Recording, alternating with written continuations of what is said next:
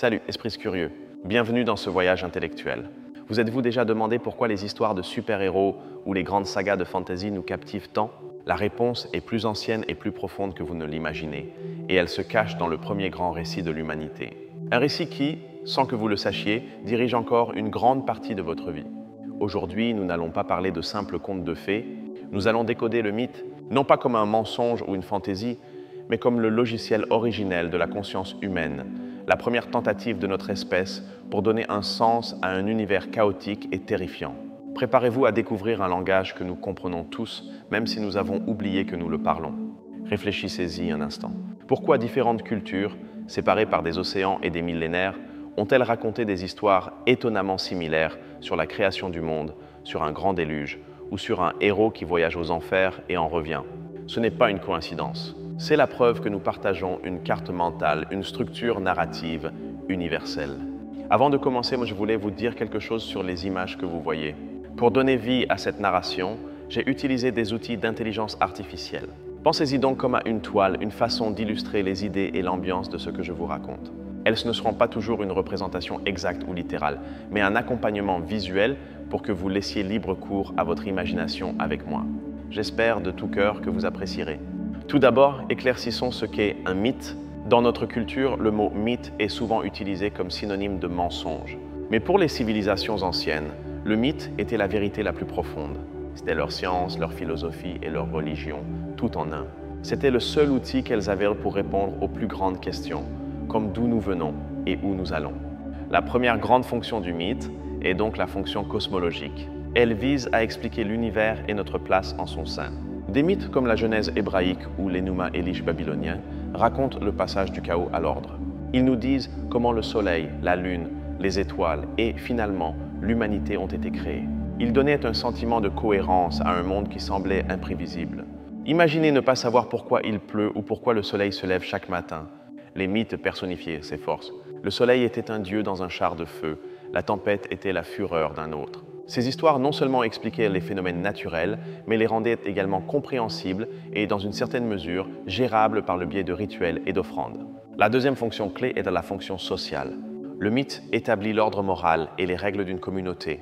Il justifie pourquoi les rois doivent gouverner, pourquoi certaines lois existent ou pourquoi certains festivals doivent être célébrés. Le mythe était la constitution non écrite des sociétés anciennes, le ciment qui maintenait unie la tribu ou la cité. Par exemple, le mythe de Romulus et Rémus, allaités par une louve, ne raconte pas seulement l'origine de Rome, mais insuffle aux Romains l'idée qu'ils sont un peuple destiné à la grandeur, avec une connexion divine et une nature féroce et résiliente.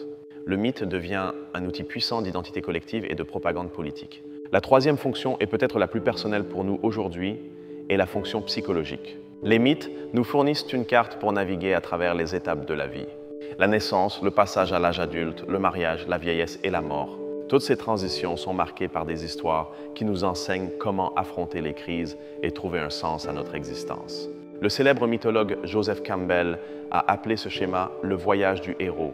C'est une formule narrative que l'on retrouve dans presque tous les mythes du monde. Un individu ordinaire reçoit un appel à l'aventure, affronte des épreuves et des tribulations et revient finalement transformé avec un don ou une sagesse à partager avec sa communauté.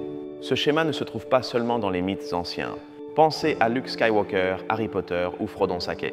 Tous suivent les mêmes étapes que Gilgamesh ou Ulysse. Cette structure résonne en nous parce qu'elle reflète notre propre voyage psychologique de croissance et de découverte de soi. C'est une histoire que nous vivons tous à petite ou grande échelle. Maintenant, approfondissons les personnages de ces histoires. Le psychologue Carl Jung a proposé que nous partagions non seulement une structure narrative, mais aussi une panoplie de personnages universels. Il les a appelés archétypes. Ce sont des schémas de comportement et de personnalité qui résident dans ce qu'il a appelé l'inconscient collectif. L'inconscient collectif, pour l'expliquer simplement, serait comme une sorte de base de données partagée par toute l'humanité. Un héritage psychologique qui contient les expériences et les symboles accumulés par nos ancêtres. Les archétypes sont les personnages principaux qui habitent dans cette base de données. Découvrons quelques-uns de ces personnages universels. Les reconnaître, c'est comme obtenir une clé pour comprendre presque n'importe quelle histoire qui a été racontée ou qui le sera. Vous verrez que ces visages vous sont très familiers. Le premier et le plus évident est le héros. C'est l'archétype de l'action, celui qui affronte l'obscurité et surmonte les obstacles. Pensons à Hercule et à ses 12 travaux, ou au roi Arthur retirant l'épée du rocher. Le héros représente notre désir de dépassement, de surmonter nos limitations et de rendre le monde meilleur. Aujourd'hui, cet archétype est plus vivant que jamais. Superman, Captain Marvel ou même des personnages plus complexes comme Batman sont des incarnations modernes du héros. Ils nous inspirent parce qu'ils incarnent la lutte contre l'adversité que nous affrontons tous dans notre vie, même si nos batailles sont moins spectaculaires. Ensuite, nous avons le mentor ou le vieil sage. C'est la figure qui guide et entraîne le héros. C'est la source de sagesse et de connaissances. Pensez à Merlin pour le roi Arthur, à Odin pour Thor ou à Chiron, le centaure qui a entraîné tant de héros grecs. Cet archétype représente la sagesse accumulée par la culture. Dans les histoires modernes, le mentor est Obi-Wan Kenobi, Albus Dumbledore ou Maître Miyagi. Il nous enseigne que le chemin du héros ne peut pas être parcouru seul. Nous avons besoin du guide de ceux qui ont déjà parcouru ce chemin. Il représente notre besoin d'apprendre et de trouver un but au-delà de nous-mêmes. Maintenant, un personnage beaucoup plus ambigu et fascinant. Le fripon ou le trickster. C'est un agent du chaos, un farceur qui brise les règles et défie l'autorité. Loki dans la mythologie nordique, Anansi l'araignée en Afrique ou le coyote dans les légendes amérindiennes. Ils ne sont pas purement maléfiques, mais leur fonction est d'ébranler l'ordre établi. Le fripon est crucial pour le changement et l'innovation. En brisant les normes, il ouvre la porte à de nouvelles possibilités. Réfléchissez-y, des personnages comme Jack Sparrow ou le Joker, dans leur version la plus chaotique, incarnent cet archétype. Ils nous fascinent parce qu'ils représentent notre propre pulsion cachée pour la liberté et pour défier un monde qui semble parfois trop rigide. Il y a aussi l'archétype de l'ombre. Il représente tout ce que nous réprimons et ne voulons pas accepter de nous-mêmes. L'obscurité, la colère, la peur. Dans les mythes, c'est le dragon que le héros doit tuer, le monstre dans le labyrinthe, le frère envieux. C'est le principal antagoniste, mais avec une nuance importante. L'ombre n'est pas simplement le mal extérieur. Selon Jung, elle est une partie de nous. Le véritable triomphe du héros n'est pas de détruire l'ombre, mais de la confronter et de l'intégrer. Dark Vador est l'exemple parfait. Il est l'ombre de Luke, mais aussi son père. La lutte est interne. En reconnaissant notre propre obscurité, nous devenons complets. Et bien sûr, nous avons les archétypes féminins, comme la Grande-Mère.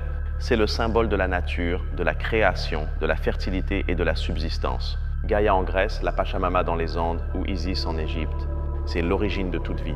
Elle représente l'aspect nourricier et protecteur de l'univers, mais aussi son pouvoir destructeur, comme une tempête ou un tremblement de terre. Dans la culture populaire, la Grande-Mère apparaît comme la Mère Nature ou dans des personnages qui incarnent la sagesse et la protection inconditionnelle, comme Grand-Mère Thala dans Vaiana ou Galadriel dans Le Seigneur des Anneaux. Cet archétype est lié à notre besoin le plus fondamental de sécurité, d'appartenance et de soin. Ce ne sont là que quelques exemples. Il existe bien d'autres archétypes, comme l'innocent, le rebelle, l'amant ou le souverain. Ce qui est vraiment étonnant, c'est à quel point ces schémas se répètent encore et encore, non seulement dans la fiction, mais aussi dans la façon dont nous comprenons les gens dans la vie réelle. Nous étiquetons les gens selon ces rôles. Maintenant, la preuve ultime de cette universalité.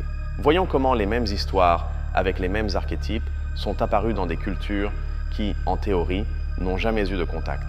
Cela suggère que les histoires n'ont pas voyagé d'un endroit à l'autre, mais qu'elles ont jailli indépendamment de la même source, la psyché humaine. Prenons le mythe du déluge universel. L'histoire la plus célèbre est celle de Noé dans la Bible. Un Dieu en colère contre l'humanité décide d'inonder le monde, mais avertit un homme juste de construire une arche pour sauver sa famille et les animaux. C'est une histoire que nous connaissons tous. Mais bien avant que la Bible ne soit écrite, en Mésopotamie, l'épopée de Gilgamesh racontait l'histoire d'Utanapishtim. Les dieux décident de détruire l'humanité par un déluge, et le dieu Ea avertit Utanapishtim de construire un bateau et de sauver sa famille et les créatures vivantes.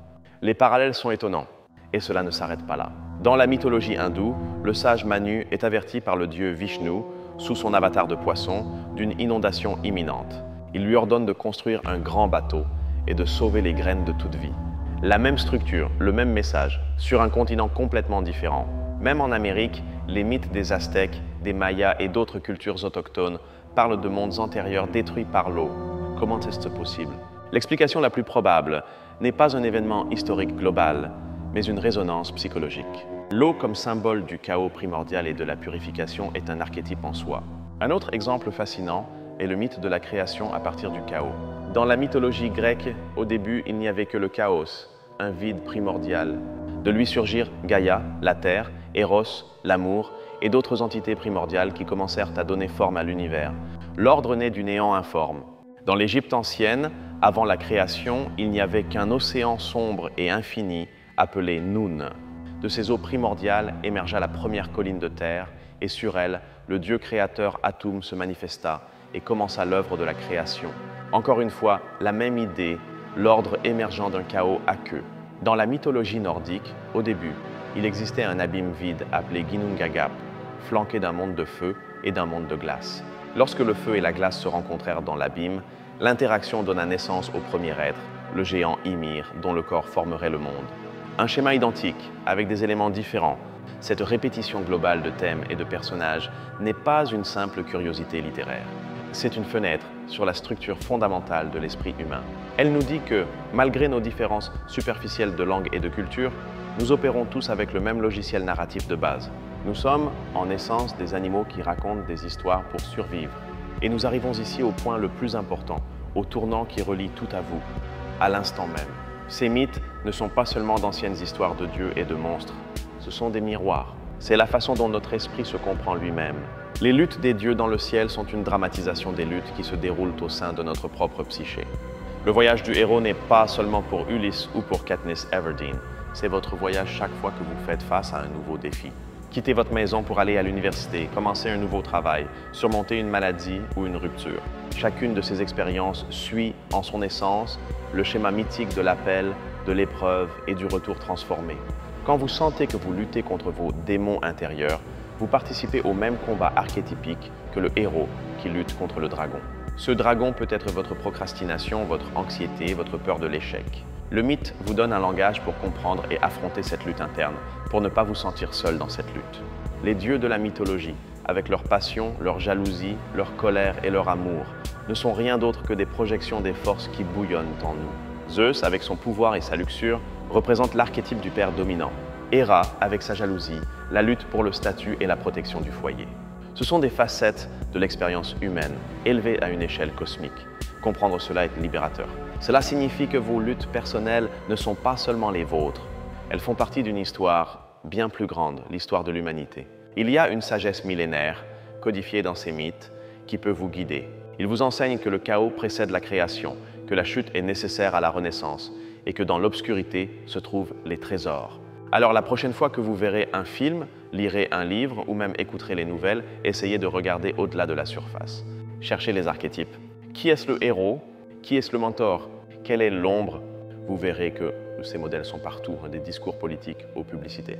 Les mythes sont l'ADN du récit. Ils sont la raison pour laquelle certaines histoires nous émeuvent jusqu'aux larmes et d'autres nous remplissent d'inspiration. Ce n'est pas à cause des effets spéciaux ou du dialogue ingénieux.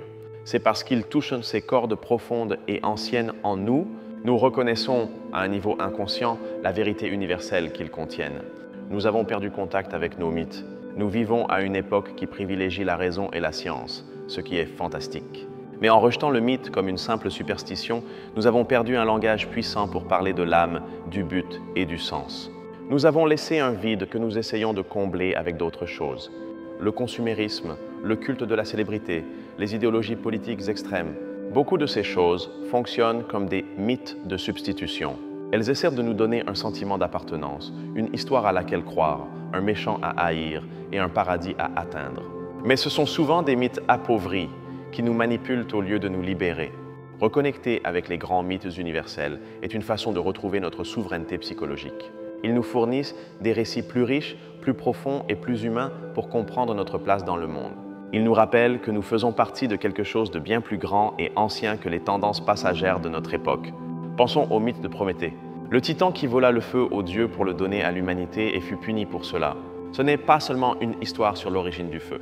C'est une méditation sur la connaissance, le progrès, le sacrifice et la rébellion contre l'autorité tyrannique. C'est l'histoire de tout scientifique, artiste ou révolutionnaire. Ou le mythe d'Icare, qui vola trop près du soleil et dont les ailes de cire fondirent. C'est un avertissement éternel sur l'arrogance, sur le danger de l'ambition démesurée. C'est une leçon qui résonne aujourd'hui dans le monde de la technologie et de la finance, où nous volons souvent trop haut et trop vite, oubliant nos limites humaines. Le mythe de Sisyphe, condamné à pousser un rocher en haut d'une colline pour toute l'éternité, seulement pour qu'il roule en bas, juste avant d'atteindre le sommet. Le philosophe Albert Camus a vu dans ce mythe le symbole de la condition humaine, de notre lutte constante dans un univers indifférent. Mais il a conclu que nous devons imaginer Sisyphe heureux, trouvant un sens à la lutte elle-même. Et le mythe de Perséphone, enlevée aux enfers, et dont le retour sur Terre ramène le printemps. C'est l'explication mythique des saisons, oui. Mais à un niveau plus profond, c'est une histoire sur la perte, le deuil et la promesse cyclique de renouvellement. Elle nous enseigne qu'après chaque hiver, personnel ou littéral, la vie peut refleurir. Ces récits sont inépuisables. Chaque génération peut les relire et y trouver de nouvelles significations pertinentes pour ses propres défis. Ce ne sont pas des réponses fixes, ce sont des questions ouvertes. Ce sont des outils pour penser aux dilemmes les plus profonds de l'existence. Ce sont, au meilleur sens du terme, la première grande conversation de l'humanité avec elle-même. La prochaine fois que vous ferez face à une décision difficile, pensez aux héros à la croisée des chemins. Quand vous sentirez que le monde est contre vous, pensez au voyage aux enfers. Quand vous accomplirez quelque chose d'important, rappelez-vous du héros qui revient avec l'élixir pour sa communauté. Utiliser ce langage vous donne de la perspective et vous connecte à l'expérience partagée d'être humain. Le mythe, en résumé, n'est pas une relique du passé. C'est un système d'exploitation qui continue de fonctionner en arrière-plan de notre esprit. Il contrôle comment nous structurons le temps, comment nous comprenons le succès et l'échec, et comment nous nous lions aux autres par le biais de rôles archétypaux. C'est le code source de notre civilisation. Ignorer ce code, c'est comme essayer d'utiliser un ordinateur sans rien savoir de son système d'exploitation. Vous pouvez faire des choses basiques, mais vous ne comprendrez jamais pourquoi il fonctionne comme il fonctionne et vous serez vulnérable à ces virus, c'est-à-dire aux narratives manipulatrices qui détournent cette structure à leur propre fin. Le connaître, en revanche, vous donne du pouvoir. Il vous permet de réécrire des parties de votre propre histoire. Si vous vous sentez piégé dans le rôle de la victime, vous pouvez apprendre à activer l'archétype du héros que vous portez en vous. Si le chaos vous submerge, vous pouvez chercher le sage intérieur qui trouve l'ordre. Vous devenez un participant actif de votre propre mythe personnel. La littérature, le cinéma, l'art et la thérapie psychologique moderne, notamment jungienne, ne font que nous rappeler ces vérités éternelles. Ils nous aident à nous reconnecter à ce langage symbolique que notre culture rationaliste a tenté de supprimer. Ils sont le pont de retour vers le monde du mythe. Ainsi, l'étude de la mythologie n'est pas un passe-temps pour érudits ou amateurs de fantasy. C'est l'une des disciplines les plus pratiques et pertinentes qui existent. C'est l'étude du manuel d'instruction de l'être humain. Comprendre les mythes, c'est, en dernière instance, commencer à vous comprendre vous-même d'une manière plus profonde et plus compatissante. Elle nous enseigne que la vie n'est pas une ligne droite de progrès, mais un cycle de mort et de renaissance. Que chaque fin est le prélude d'un nouveau commencement. Cette sagesse, si présente dans les mythes du monde entier, est un puissant antidote contre le désespoir en temps difficiles. Elle nous donne une perspective à long terme. Elle nous rappelle aussi que nous sommes des êtres doubles.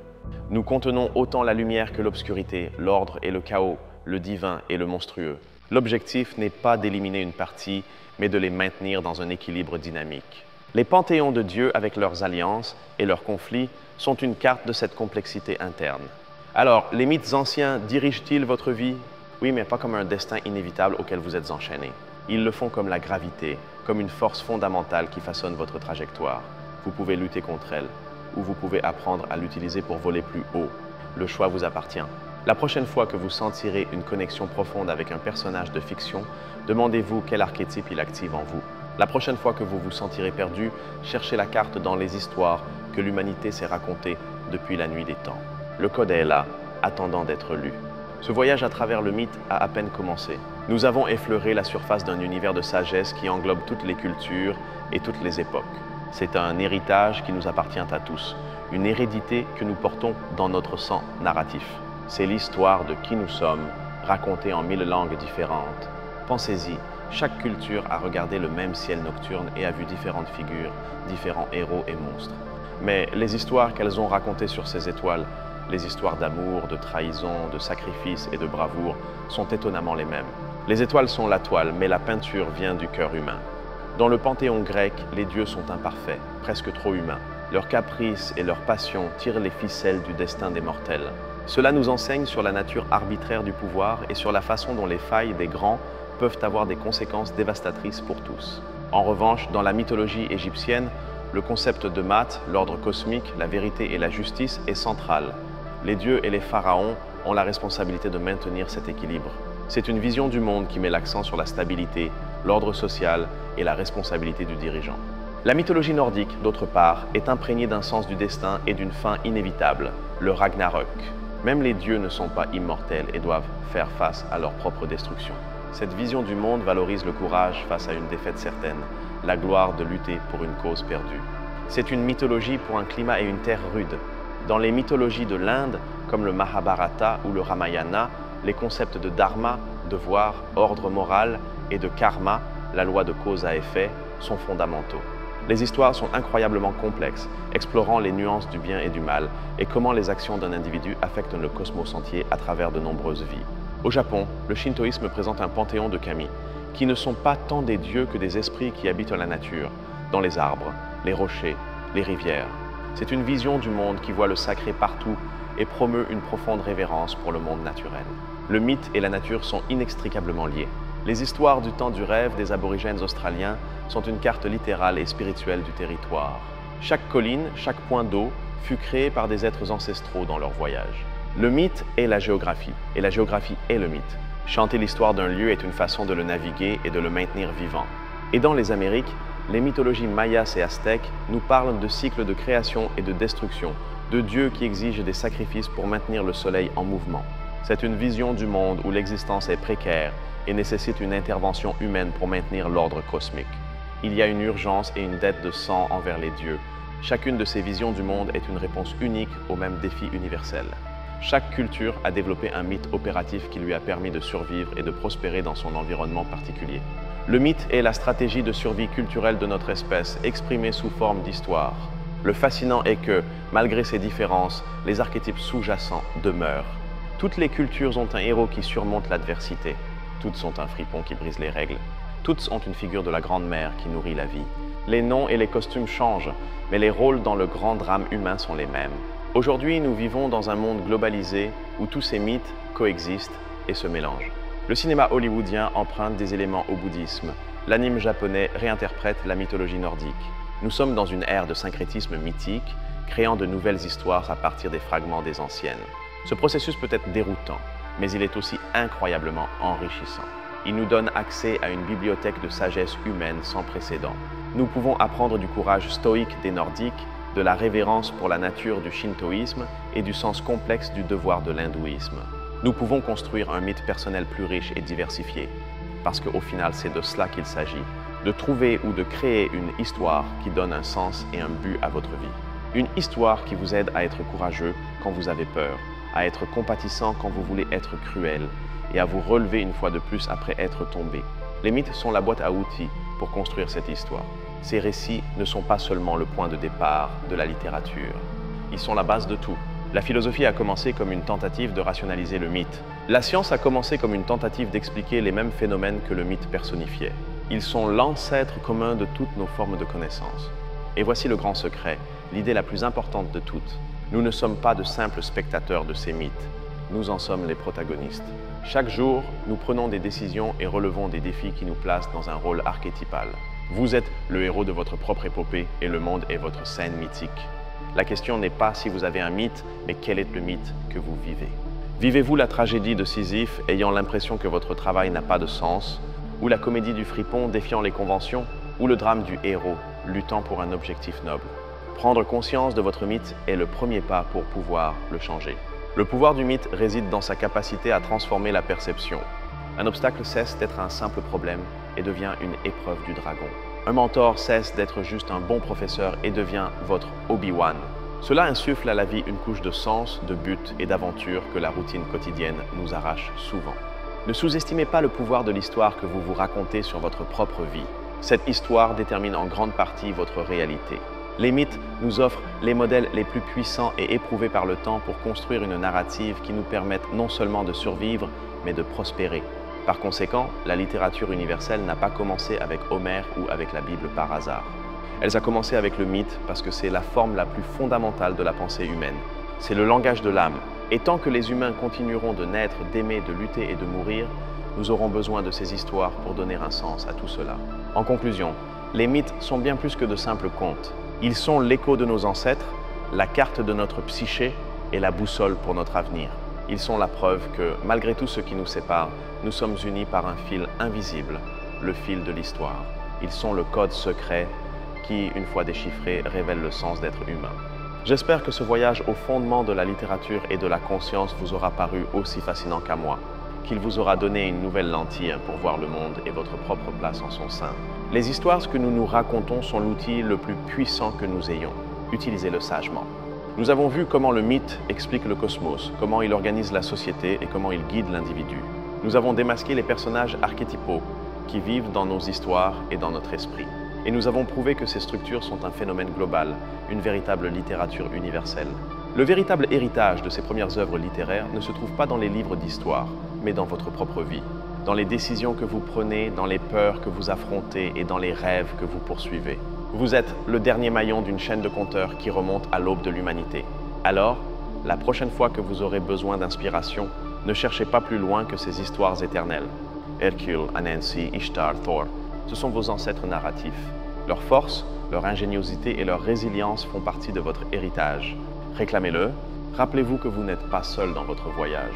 Vous parcourez un chemin que des millions ont parcouru avant vous. Leurs histoires sont des phares qui illuminent l'obscurité, vous rappelant que même dans la nuit la plus profonde, la promesse de l'aube, la promesse d'une nouvelle histoire est toujours présente. J'espère que cette exploration vous a ouvert l'appétit d'en savoir plus, de lire les mythes originaux et de découvrir les histoires qui vous appellent personnellement.